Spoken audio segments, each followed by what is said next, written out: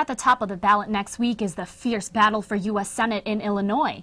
But for some people in Champaign-Urbana, the fight is already over. UI7's Jasmine Hill has the story. The race for Senate between Alexi Giannoulias and Mark Kirk is closer than ever. The latest Tribune WGN poll shows Kirk with a 3.7 percentage point lead over Giannoulias, but that lead is within the margin of error. The campaigns are getting ugly, too. Giannoulias is being compared to a mobster in one attack ad, and Kirk admits he's embellished his military record.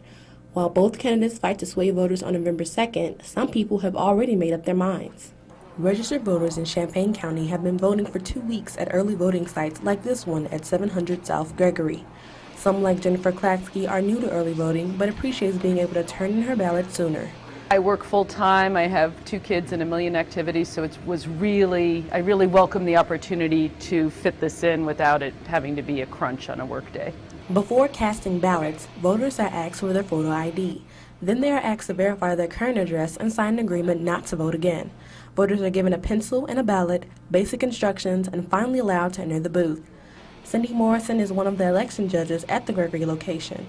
Morrison says she has some doubts about early voting. Well, I'm not really sure the purpose of it. The polls are open on Election Day from 6 to 7, and we have absentee voting for those that can't make it. But it seems to be convenient for a lot of people.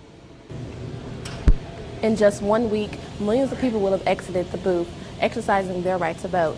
But until then, people in Champaign-Urbana can come to this facility and get in their vote early. Champaign County Clerk Mark Sheldon says over 2,400 people have voted at the early voting site so far.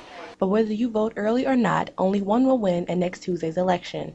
In Urbana, Jasmine Hill, UI7 News.